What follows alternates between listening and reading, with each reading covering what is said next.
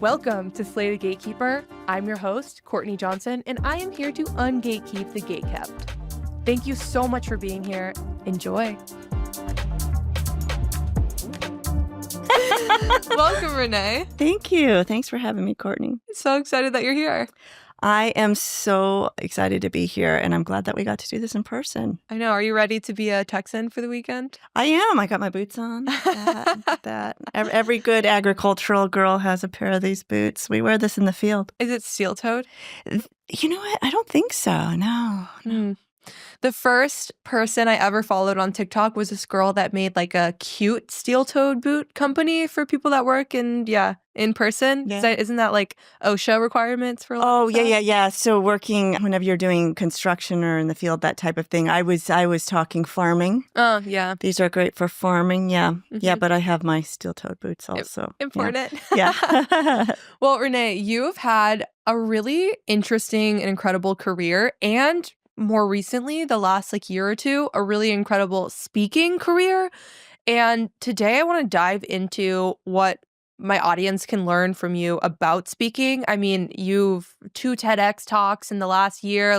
You're speaking every other week, multiple times, a ton. A lot. It's pretty overwhelming. I just try and think of one at a time.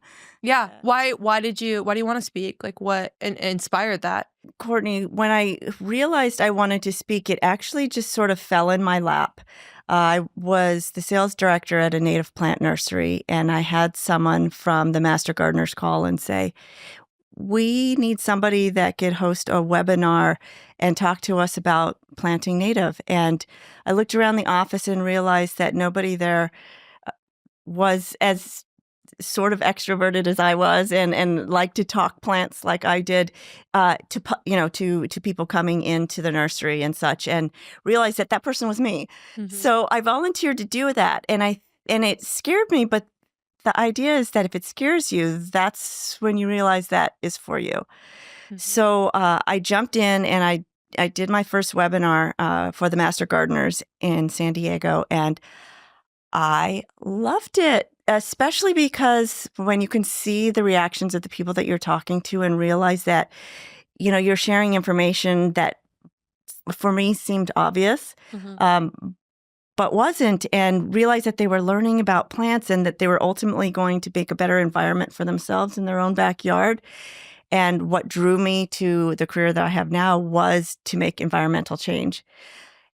And one talk just built on another talk. Someone would invite me to something else. Someone invited me to something else. And before you knew it, I got my first ask to come to a native plant nursery and speak to their crowd. And it's the largest retail nursery in San Diego that I spoke with. And after that came a keynote speaking event. And it really was just falling in my lap. And I think the reason it started to fall in my lap is because I was finally aligned with where I was supposed to be. Being in fashion previously, I was feeling like I was, especially having a daughter who was 16, I was feeling like I was teaching the wrong things. I was teaching this idea of consumerism and this luxury that really was attainable to people only if they were putting it on their credit card, spending lots of money on things for one day. And it felt so opposite of what my values were. I'm first generation Polish. My parents have always been very I don't want to say anti-consumer, but Europeans just do not behave like Americans do. And it was always strange to them that we wanted to have as much as we wanted to have. And they were like, you could have just 2 pairs of jeans. You don't need to have as much as everybody thinks we need to have. And so I think that was ingrained in me. I never liked to see waste. I was always, I don't want to say I was frugal. I just was very thoughtful in my purchases. And then when I started to get into nature, I realized that we need to have a bigger impact on our environment. And that is ultimately why I left my fashion business. And I was drawn to work with plants. But I felt like they were talking to me and guiding me to my approach. So when I started moving in that direction, things just started getting easy and just started falling in my lap so naturally. And I think when you align with what you're truly supposed to do, that happens. Mm-hmm. It makes things easier. Yeah, your career has been so interesting. It's been really cool to learn about, from fashion to science and your whole career arc. And I love that you share that story with others. And like I said, you've been really successful in your speaking career. And I want to go through some of the cheat codes that I learned from you that I've been implementing in my own speaking as I'm starting to do speaking. So, our cheat code number one is applying for speaking opportunities on LinkedIn, even if it says apply on the website. How are you doing this? What's your method? So I think a large part of speaking is understanding that there's a lot of effort that you're going to have to make to find those opportunities. If you're lucky enough to find an opportunity where they're offering an application process, you always want to be thinking outside the box. You don't want to do what everybody else is doing. And yes, you do apply. You can send your application in if that's what they're telling you to do. But what I started doing is actually reaching out directly to the person that was the event planner, or with TEDx, it was the curator. That was kind of the code word that I found. I think as women, especially, we're really good at kind of being like FBI agents when it comes to using our social media. And I think you have to look at it in the same way, like it's a game. Yeah. How can I find that person who's in charge of that event? And there's so much fear behind this. And I have to wonder why, because social media is intended for us to reach out and be social. Mm-hmm. Why are people so afraid of it? Especially in the science industry. I actually had someone tell me, Renee, you can't just reach out to someone on LinkedIn. And I'd be like, why? It's a social media site. So what I would do, especially when I couldn't find the TEDx applications, they're very hard to find. I am not going to lie. It's a small window of opportunity. You have to know what the topic is. And then on top of that, find that little window of which you apply. I always say, even if you miss the deadline, apply. Mm-hmm. There are always going to be people that are going to fall out of the lineup, and maybe your timing is just perfect. Maybe you hit it once. Maybe you got turned down. I would still follow up with a, hey, I'm still here. Mm-hmm. People can appreciate that. You're not annoying people by just asking. And that's another thought. I think we think that we're annoying people by reaching out. If you're an event planner, that is your job, to be social. How many event planners are introverted and don't want to talk to people, right? None. Right. So what I did with the TEDx's is I knew I had a good application. I had done plenty of research to know what they're looking for an application. And then at that point, I think it's a numbers game. And addition to that, you have to be I don't want to say what they're looking for, but they have a theme, and you want to be able to fit within that theme loosely. They're curating an event. So they're going to have tastes, maybe based on their location or the type of people that are local. They're going to have an idea of what they're looking for. So don't take it personally if you don't get selected. So I would reach out to that curator or the contact that I would find that I thought might be the curator, or maybe it was a few years past. And I would ask them, having trouble finding the date, the submission, can you put me in touch with the right person? And then I also send my application to them. Mm-hmm. And I nailed 2 TEDx's back to back within a week of applying. And I know both of them were actually pretty close, not within a couple of months of the actual taping day. So it was closer. They probably had quite a few of their speakers selected again. So I would say just be ready to go and continue to apply, even if it's after that date. And start working on setting up those relationships. If you're not in this year, connect with them. Try and make some sort of personal connection so that when the application time does open the next time around, you'll know that because you now have that connection. Mm-hmm. So that, I think, is the best way to be successful. But then there's also a few other tricks. These are my big cheat codes. People don't understand how important your LinkedIn is. It's another piece of marketing. So if you think a resume is important, that's just a piece of paper. Imagine that you could create this almost like living, breathing version of you, whether it's your writing or whether it's in videos, however you express yourself, photographs. If you put that on LinkedIn and I have this conversation with kids coming out of college, don't want to call them kids, but they don't understand how important that LinkedIn, they think it's once they become a professional, but no, if people are looking at you to hire you for a job, and I use this excuse all the time, or this example all the time. One woman told me, I'm trying to get into zoology, and I found my dream job in zoology. And I said, okay, let's go to your LinkedIn right now. Would I know you're obsessed with zoology if I went to your LinkedIn? And she went, no, I don't even know if I have a post up there. And following something you always say is look at your own behavior.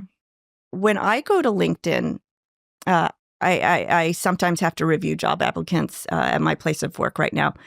I go to every person's LinkedIn if they've listed it at the top of their resume.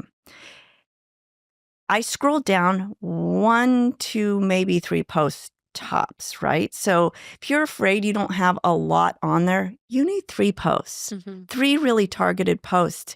So if I know that I'm stalking someone, and I am literally stalking them, I'm checking in on them every day so I understand what their interests are. There was a particular company I wanted to speak for. So I was looking at that page and I understood the types of things that they liked, and I knew I could speak about what they were looking for.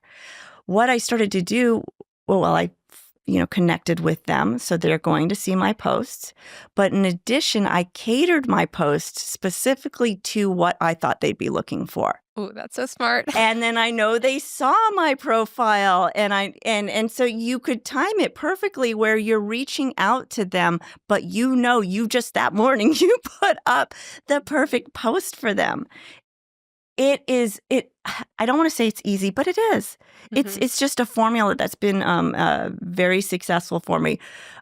My content will change and evolve based on maybe an opportunity I'm trying to get. And I think now, I'm posting quite a bit now. So, I have things that I'm interested in, things I just want to talk about. But when I'm going after something, I am catering my LinkedIn to be that marketing document for me. I have gotten jobs based on them just looking at my LinkedIn. So if you think they're going to look at your resume first, I submitted the resume after they already committed to hiring me. And I said, this is not an updated resume. And they said, well, you don't care. You're already hired. So my point is your LinkedIn can be more important than your resume.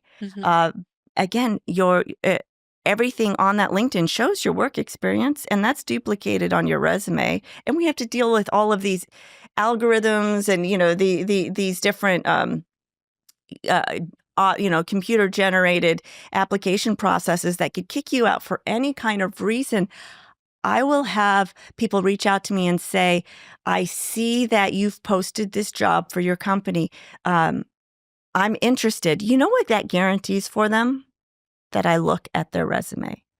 And I try to go one step further. I will tell them, hey, I'm pushing your resume ahead. Thanks for reaching out. Or thanks for reaching out. I looked at your resume, but you're missing this and this and this. So this is what we'd be looking for in the future. And the response back is like, wow, nobody ever gives me any response or feedback. Thank you.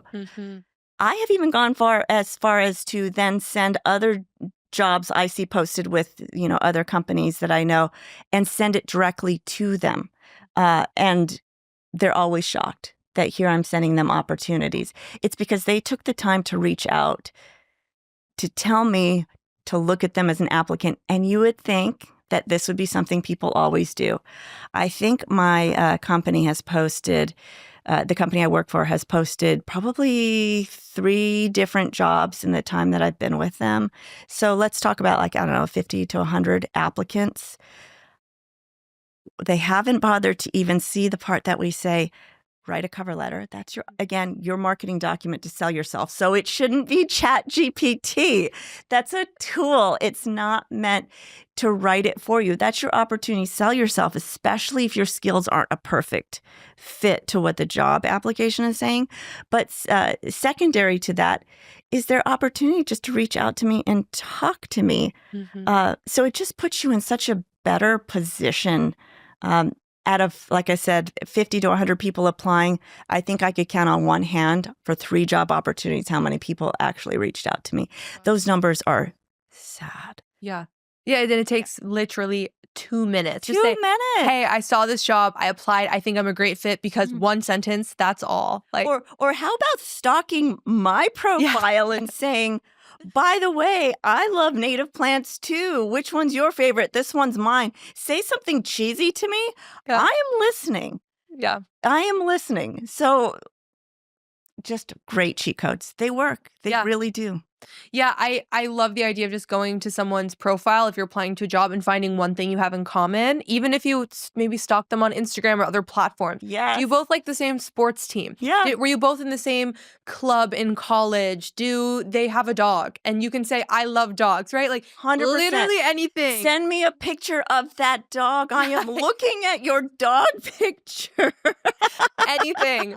Yeah, I want to double down on two things, or on one thing you said, is that you're doing them a favor. Like, by somebody reaching out to you and saying, "Renee, I saw that job posting," they're not being annoying. They're actually helping you. Yes. Because they're showing their intention, or like speaking, they're reaching out to the curator saying, "I would really like this speaking event," whatever. They're literally you're doing them a favor. You're not being annoying.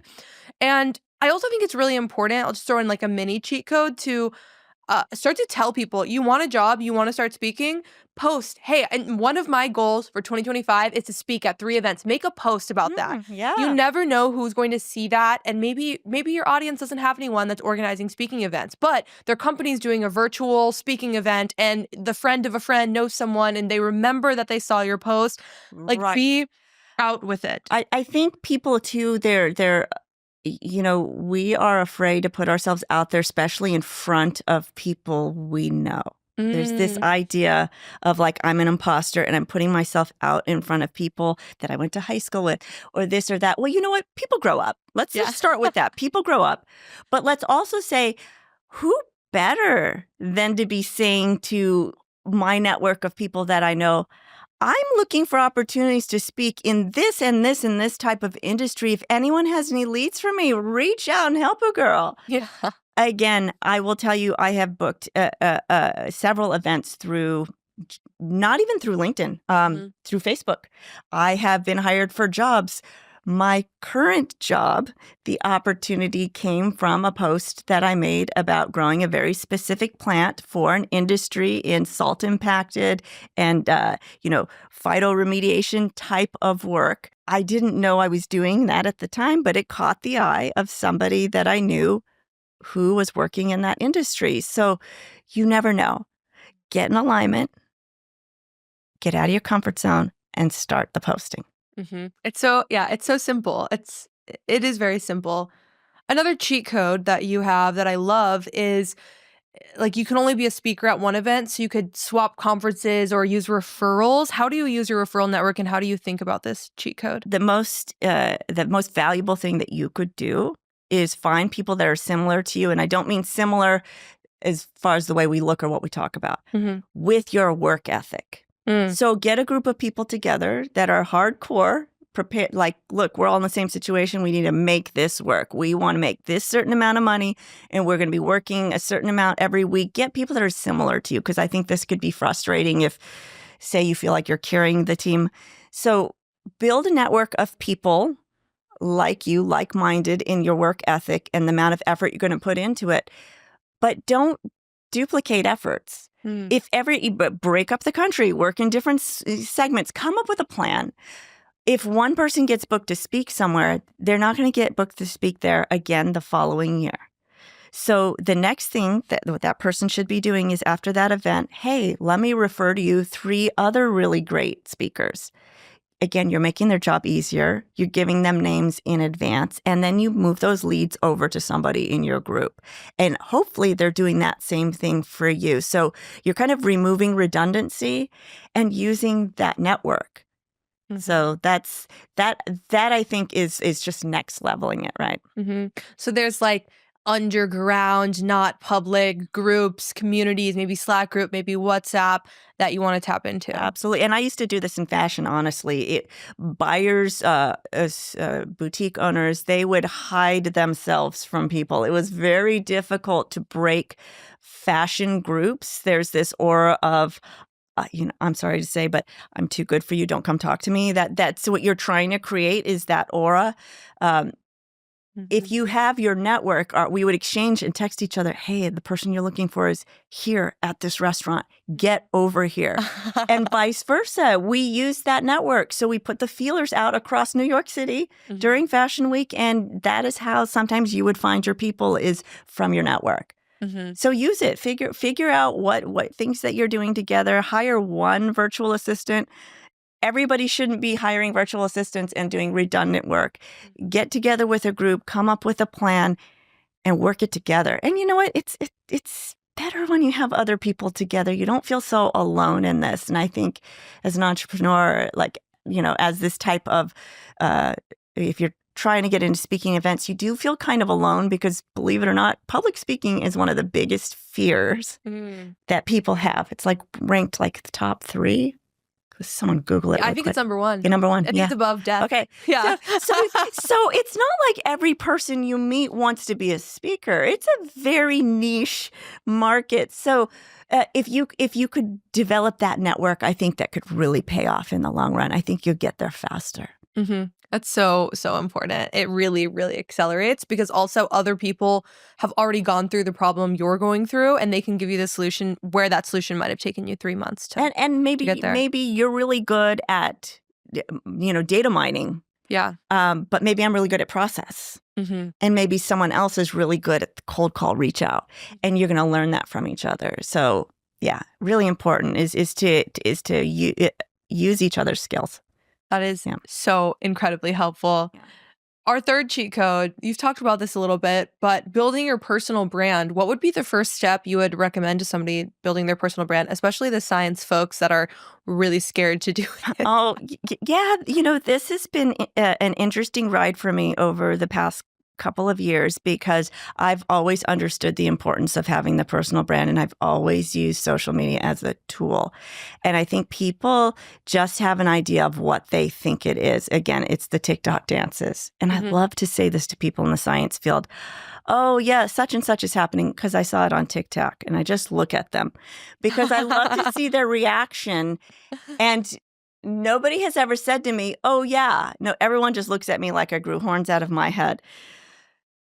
Why is social media such a strange thing? This is the way we do things now. So to ignore social media is to ignore the internet, is to ignore the invention of computers. This is how we do business now. And if I can open my doors to people all over the world with a click of a button, why wouldn't I? I think in science, we're afraid, we tend to be introverted, and believe it or not, I'm very introverted. We tend to be very introverted, and we don't want to share what we're doing or share a success we've had. And in my industry, oh my gosh, it's hard for me to even read the posts that I see, because what I want to know is that amazing scientists, what are they thinking? What's their analysis of this thing that's going on? But instead, what it is in my industry is just like, I attended this conference. Here's our picture. Here's a cool picture, or here's a cool publication. It's interesting. And I'm such a troll. I'll go in on the comments. What's interesting about it? Smiley face. Because I'm just trying to kind of nudge people to tell us. Like Elon Musk, we follow him. We don't follow Tesla. Yeah. I want to know what Elon Musk thinks about something. Yeah. So what I'm always saying is, tell me what you think about it. Post about your successes. I needed to do a restoration project in a very specific area with very specific native plant species. And I came across a random LinkedIn post from a scientist who has spent his entire life studying one particular tree species that I needed. Here's the wildest thing. Scientists are the nicest people if you're interested in their science. I sent him a message and I'm like, can we get on a call? He spent an hour with me, talking me through my process and talking to me about these trees, and realized the way we were trying to plant the trees, we weren't having success. And he gave me a completely different way to do it, and even gave me other people to contact. Wow. So he was in another country too. So my point is, if you aren't talking about what you're doing or what your project is on, or how do we know until it gets published? And let's be quite honest, most publications are behind a paywall. Mm-hmm. So are you spending your entire life working on stuff that no one ever knows about? Mm-hmm. Or can you make some posts about the work that you're doing so that other people who are interested in that, or interested in collaborating with that, or interested in providing you an opportunity or funding even, Mm-hmm. if they can see that, they can assist you. So again, I think it's just the way people think about it. They think if they work quietly, somebody will notice what they're doing. And that is not true. Mm-hmm. That is absolutely not true. You have to work loudly. You have to promote what you're doing. It's the future. Mm-hmm. It is crazy when people say like, "Oh, social media is not for me," or "Marketing isn't. That's not for my business." That's the same thing as saying like, "Oh, finance isn't for my business. That's not really a part of my business. I want like, Accounting is not something yeah, I'm interested in. that's not, like oh, and okay, it's part of business. Like, oh, Right. I don't really care about whatever. I don't really care about operations. So well, operations are going to be there no matter. Like you gotta do it if you want a successful business. Right. Right. Have to.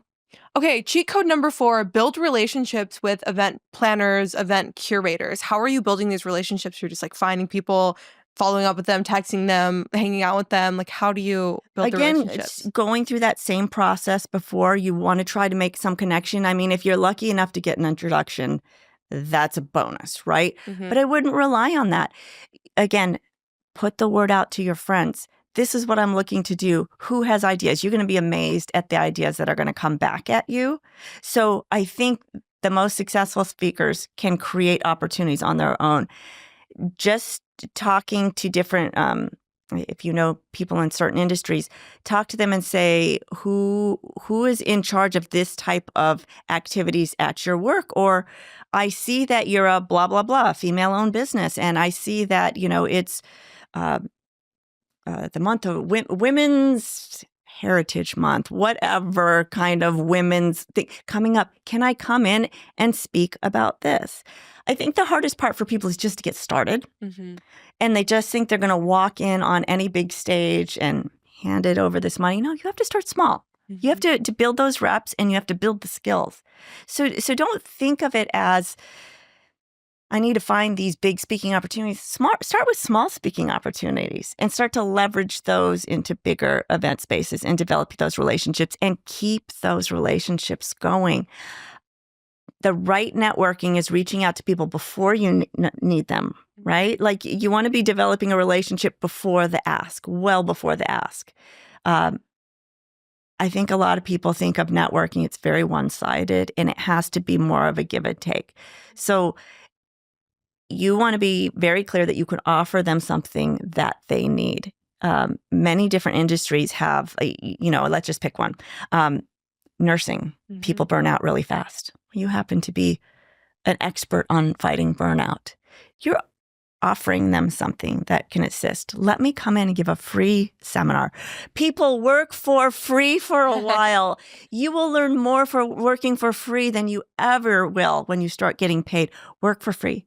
Mm-hmm. You want to really understand what you're speaking about and what the response is going to be. And, it's a lot easier when it's free. Once you get paid, the stakes go up. So start where it's free, start making those relationships, give, and then give a little more. Mm-hmm. And when you feel like now I'm good enough to be paid, then ask for the money. Mm-hmm.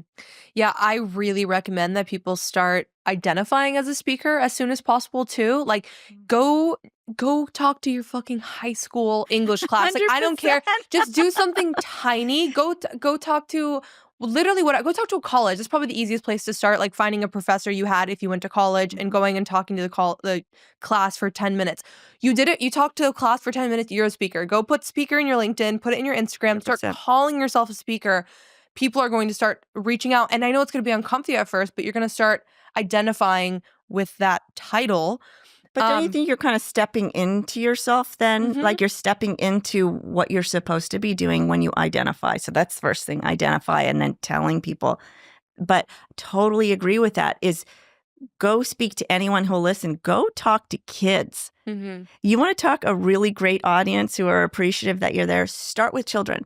And, for me, it's like I want to inspire people to change their environment. Some of the biggest impactful moments for me have been when I inspired someone young, because I'm basically putting someone out there into the world that's going to create so much change on their own. It's much harder when people are set in their ways, but when you can talk to people when they're younger, for me, environmentally, more change happens that way. Like I said, just go out there and just start speaking anywhere. And Courtney, what if I do a webinar and only 2 people show up? 2 people! Yay! Yay! But did I host and create a webinar? Yeah, that's huge. Do I now have something on my resume? Yes. When I apply to a TEDx, are they going to look more seriously at someone who has 15 to 20 speaking events? They don't know how big it was. Or are they going, you just had one really good talk. So think of that as like just reps. Yeah. Every time I'm out there, it's a rep. I'm getting a little bit better each time. Trust me, when you get to a big stage, you're dealing with a whole nother set of problems. Things are going to happen physically that you can't control from fear, and you're going to wish you had 10,000 reps by the time you get to bigger stages. That was a wake-up call for me for TEDx. You said you felt like you were giving birth. Oh my God. So my first 2 TEDx's were international, and the curator really downplayed, which I figured out is something that's very South African, for them to downplay what they do, which is, as Americans, we're different. We like do the opposite. We do the opposite, and they love us, and we love them. So it's But now I know, and I was really just expecting a small collegiate event with a lot of, she did tell me there were 500 people, but I didn't really conceptualize what that meant. It was a lot more than that. It was a huge auditorium, and it was next level. The production was incredible. I felt like I was on that show, The Voice. Like the stage was so cool. But I had no idea what I was walking into. My flight was delayed for 3 days, so I was jet lagged the night I had to perform. And they put that Britney Spears mic on your on your face, and that's a whole new thing. And there's a red dot that you're supposed to stand on. That's a new thing. I mean, who practices standing on a red dot? I should have, right? Duh. Learn that for the second one. So you're already feeling weird. You got Britney Spears mic on, you've got red dot, you've got all the people, people in the audience who, by the way, the energy from them is just like, talk to me. Like it's a wonderful energy, very different from a science technical conference. But just walking in there, I felt like I was choking. The minute I started talking, my throat was closed up, and I've never had that reaction before, ever. I've never get dry mouth. My mouth was so dry, and I just had some water before I walked on stage. But professionally, I felt like I gave birth on stage. It was a culmination of everything that had been swirling in my head in this circular fashion.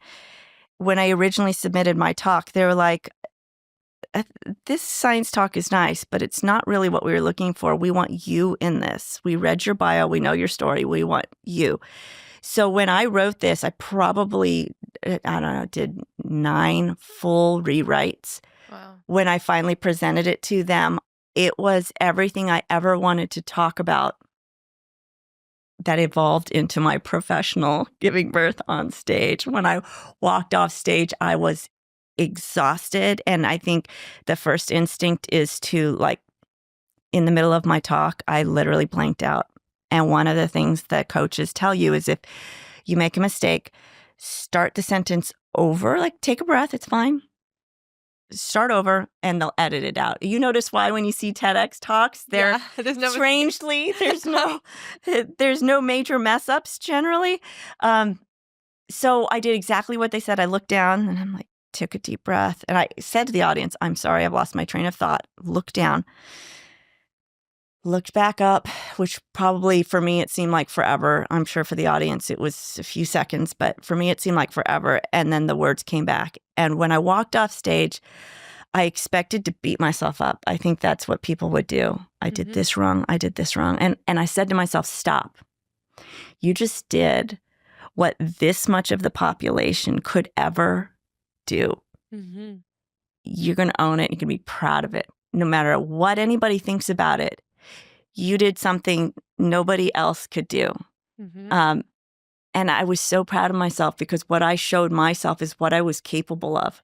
Being able to perform to the best of what my body was willing to do on that day, put the best performance I possibly could put together, and feel so proud of what I accomplished. Like, I went to the Super Bowl of speaking.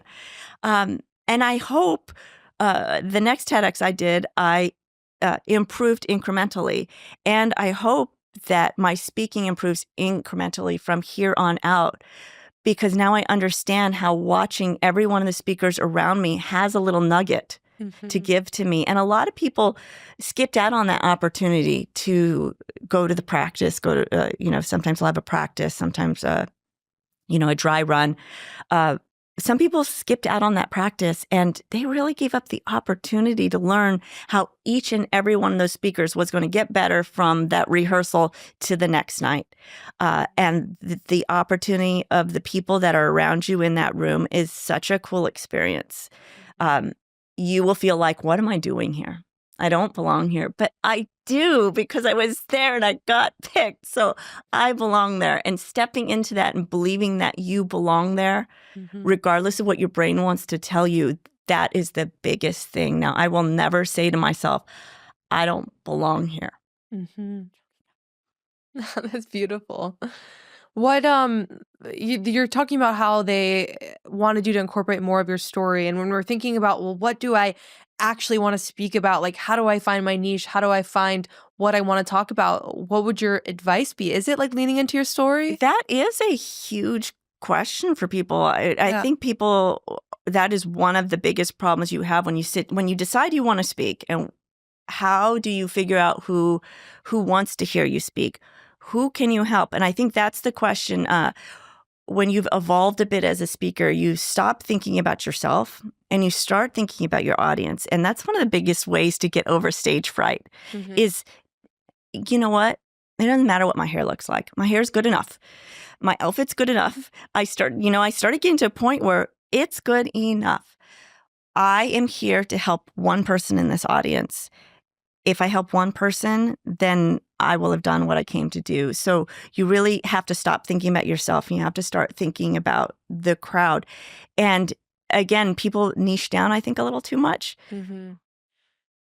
If you are teaching about how to transform a certain part of your life or whatever that may be, everyone in that audience can identify with having to transform at some point in their life. Don't overthink it. And I think people always also overcomplicate it. Less is more. You may have 3 or 4 ideas you think you could talk about. Make that 3 or 4 TED Talks. Pick one, expand on that. Speak slowly and thoughtfully about that. Use examples in your life. Remember, everyone connects to a story. So I always say use a story. I go to technical conferences and use a story. I'm sorry if I'm breaking the rules, scientists. They don't like you. It is not what you do. Yeah. And I do put a little bit of my personality in it, because I remember going to a technical conference when I was in grad school. And I remember hearing this entomologist talk. He was talking about different invasive species that were coming into California. It could be a very dry topic for people who don't like insects. I do. But what I loved about this scientist is how enthusiastic he was about something he loved talking about. And he was like overjoyed to talk about invasive insects. And it made everyone in the audience stop and watch him and learn and leave. You left with a moment of like, I could really get into invasive insects. Like, so for me, I also would listen to this podcast called Ologies, where they just interview, different PhD scientists. And what I loved about the guest she chose is how much they loved that little thing that they study and they're expert in. And the exuberance they would feel about talking about what they love. And I always thought to myself, everyone loves science. Why do we make it so intimidating? Why can't we connect with our audience in a little bit? When you connect with that audience personally, they can understand and they're open to hearing everything else. I think we're too intimidating in the way that we speak, and we don't speak to everybody. That we limit the accessibility when we speak too complicated. Mm-hmm. We assume everyone in the audience has our level of understanding of something, and I think that's something we need to move away from, and something I do when I'm at technical conferences. And whether people like it or they don't like it, I keep getting invited back. So I'm going to just roll with that. Yeah, and I think I've lost my train of thought. That's okay. My yeah, general... I'm just asking about stories, but that definitely right. So connecting the story, even if it's just a little smidget here and there, and then additionally, when you do a TED Talk, they also like to see that you can scientifically back something up, and that could be as simple as you found a really interesting Stanford study that talked about the topic. Like I was talking about how nature really changes, the way you think and makes you happier. And I found a really great study on rumination and having people walk through urban areas versus nature areas, and measured their brain waves and saw that their brain waves were relaxing when they were walking through nature and did not have that same reaction when they were walking through the city. So it wasn't the walking necessarily. It was that environment. So you can find different, again, if you don't have your own personal stories, just start reading and start searching for different studies that are interesting and back up what it is you're trying to get across to the audience. Mm-hmm. So you're saying you don't necessarily have to be the researcher, but you can find things that you support. You don't. And just, understand that there are going to be different topics for TEDx, I think, that are going to be impacted by lots of people wanting to submit their application. For example, like in the motivation space, the self-help space.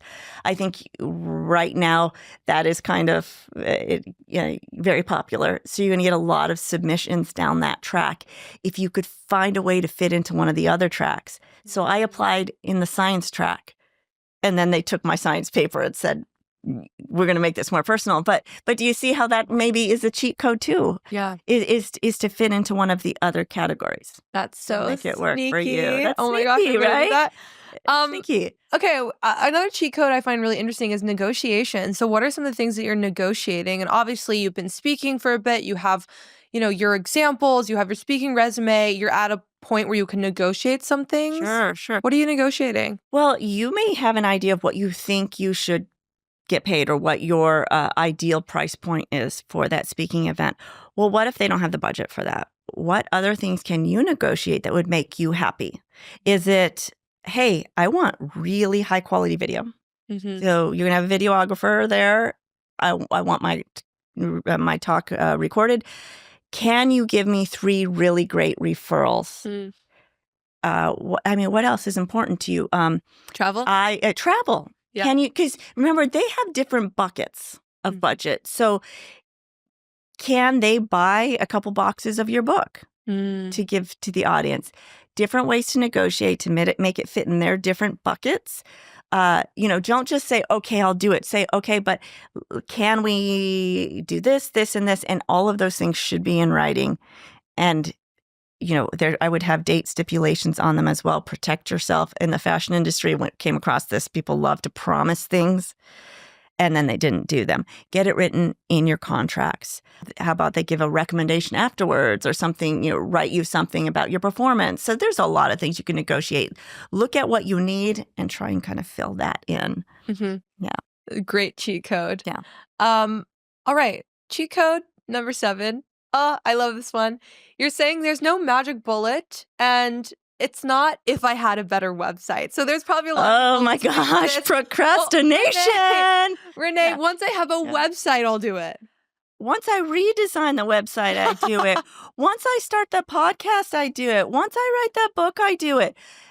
You pick it. I mean, we all do this in life. Pick it. Well, I love this. You talk about this all the time, Courtney, is like, what is the most minimal thing you need to do to get out there and do it? What tell me with your phrase. Minimum viable product. Minimum viable product.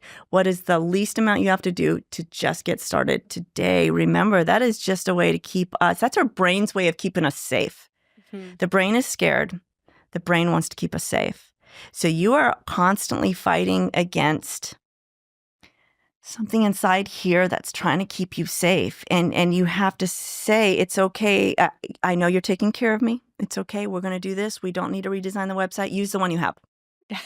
You go in there and change a couple words. Or just use your LinkedIn. But Courtney, I need a better picture.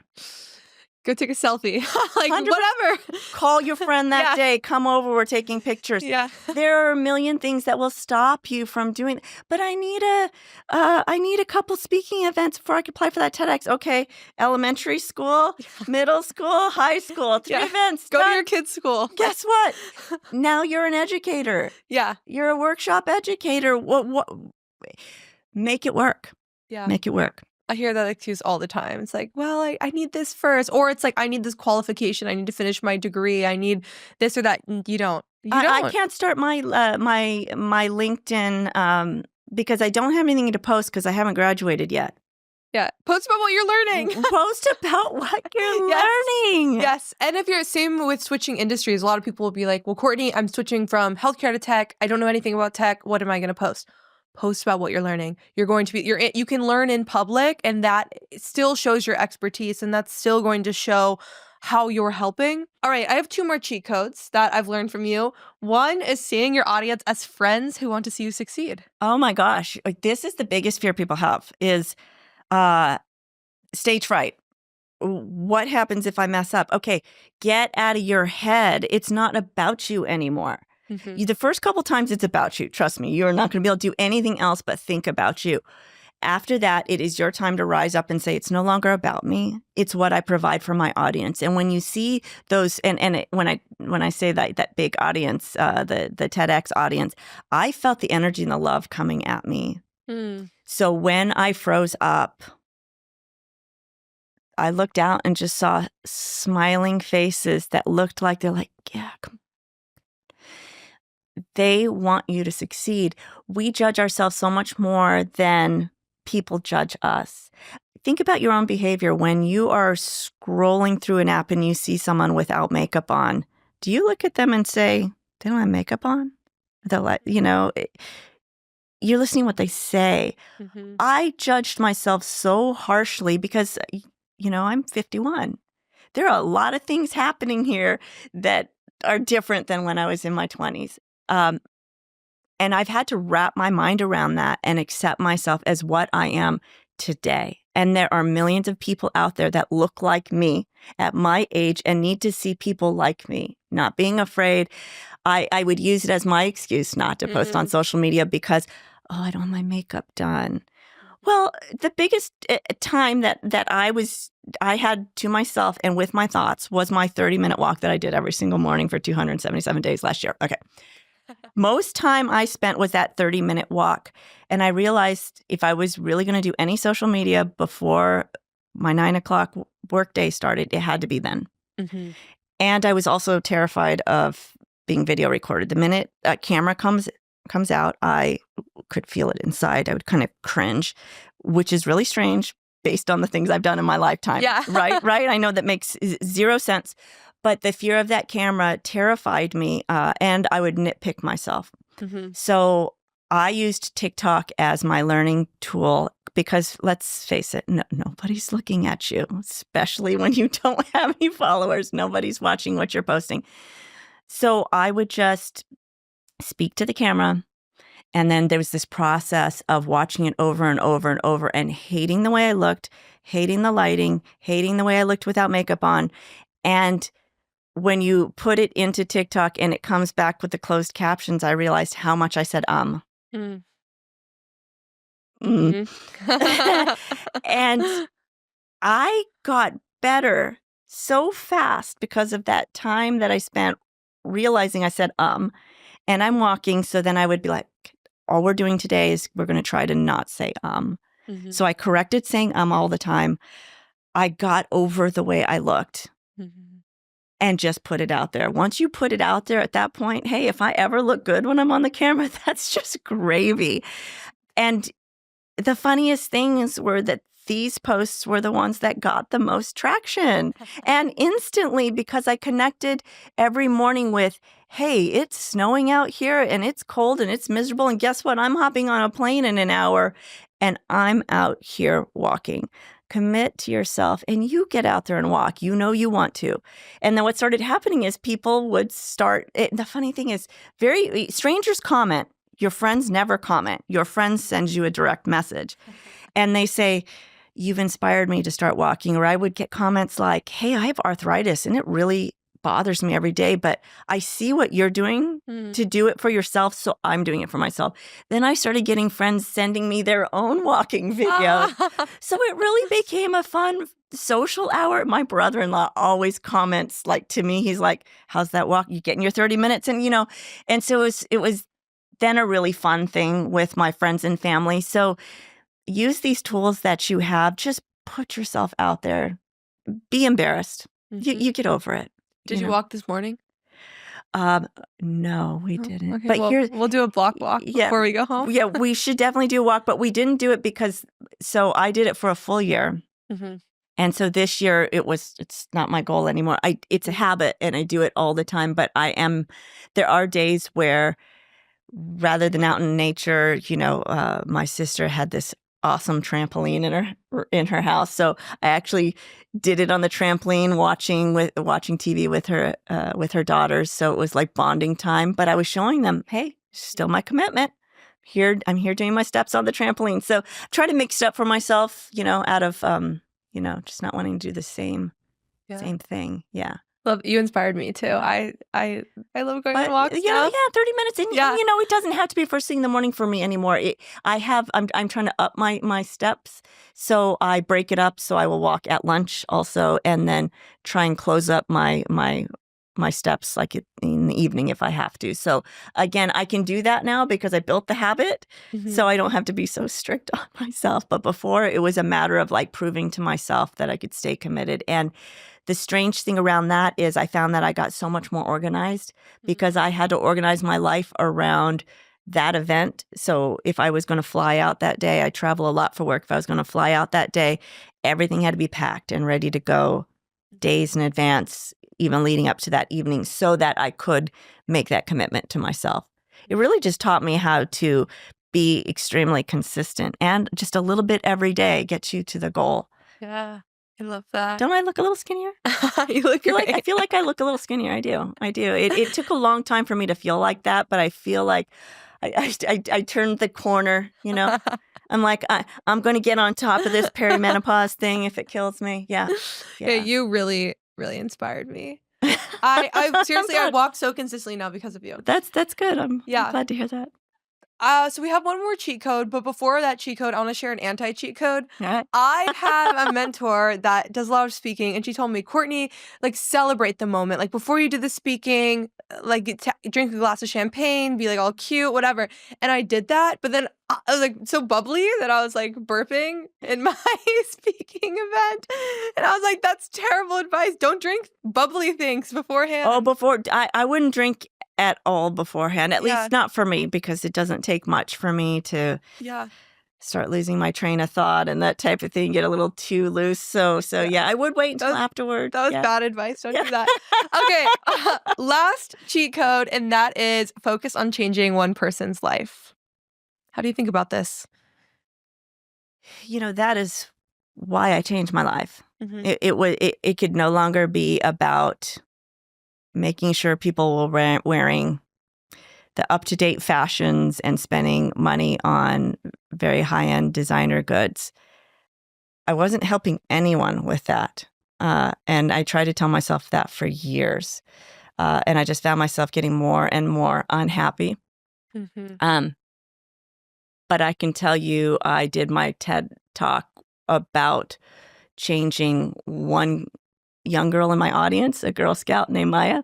Oh. She was at my very first talk, and I was developing quite an audience at this nursery location, and I changed topics somewhat and moved into trying to teach people to garden sustainably. And I went back to that nursery because I kind of want to give back to them because they launched my career really in a lot of ways. And I came back to speak, and I was a little disappointed because there weren't a lot of people in the audience. And I was like, I guess my topic wasn't that great. Sustainability hasn't caught on, which is weird in San Diego. And when I started speaking, I looked out in the audience, and Maya was in the audience. And afterwards, her parents came up and they said, Renee, Maya is out of control. She's like speaking at her Girl Scouts. She's speaking at school. She had initially wanted to just learn about water-wise plants and then heard about planting native and increasing biodiversity. And so she started emailing me and was telling me she had been researching this and what more information could I give her. So I planted that little seed, and Maya was just like exploding with knowledge now. And I just think about what that means in the future, how many people that she's going to go around and touch. And if it weren't for, it didn't matter that there were not that many people in the audience, but she was, and that is what I talked about at my TED Talk. It wasn't about me anymore. My ego was like, I don't have enough people in the audience, And then afterwards, I was like, that was like the best. I'll never forget that. And she'd also grown like a foot. She was probably taller than I was. But her parents were just so proud of her, and it was just to be a part of that. That's the one person. Is there one person that inspired you? Oh, wow. Well, I think we'd have to go back to the scientist that was so excited about his science and made me realize that, again, you pick up nuggets along the way and you don't know how they're going to influence you until later. And sometimes I get pushback from people who want me to present a certain way. And in the back of my head, I said, no, I want to be that scientist that people feel is accessible. You can come talk to me afterwards. Something I said inspired you. I didn't speak in a way that was too complicated. I made this a topic that everybody could understand on the most basic level. And explaining that to the curators of an event in South Africa, that was the reason they wanted me to be the keynote speaker for their event. Is I told them I would speak very simply about this topic of phytoremediation and how microbes help the plants clean up contamination. And most people don't even know what it is, even though we're an audience full of scientists and engineers and project managers. I said, I want to speak very simply about this so people understand this and are excited about this. And then they went, Renee, will you be our keynote speaker? So, I think when you want to be something, just be it. And people are going to tell you otherwise. If you believe in yourself, that's all you need. Just believe in yourself, and it's okay if it's not what everybody else is doing. Just follow your gut. Your gut knows before you do. Yeah. So before you know it, you'll be giving professional birth on stage. Yeah. Well, Renee, thank you so much for coming on the podcast. Where can people find you, follow you, maybe seek some mentorship from you? Yeah, absolutely. So on LinkedIn, I am Renee Murphy. Just look for the environmental scientist. I don't think there's another Renee Murphy who does environmental science. But I am Midlife Farm Girl, all one word, on Instagram and on TikTok. And I don't believe TikTok's going away. We can say that it is, but I don't think it's going to. I think something will happen. I agree. I think it'll come back. I agree. So I'm Midlife Farm Girl there as well. And I post different content there than I do on LinkedIn, because obviously we have to keep a little more professional level on LinkedIn for my field. So yeah, I save the sillier stuff for my Instagram and my TikTok. So beautiful. Thank you so much, Renee. Thank you. And please, reach out. I'm always I'm pretty responsive and receptive to people. So reach out. You're gonna have some LinkedIn messages. Okay, y'all, if you liked this episode, you would love my Patreon, okay? You get exclusive access to me, exclusive content, tons of other resources, and a lot of juicy shit, okay? So I hope to see you on my Patreon.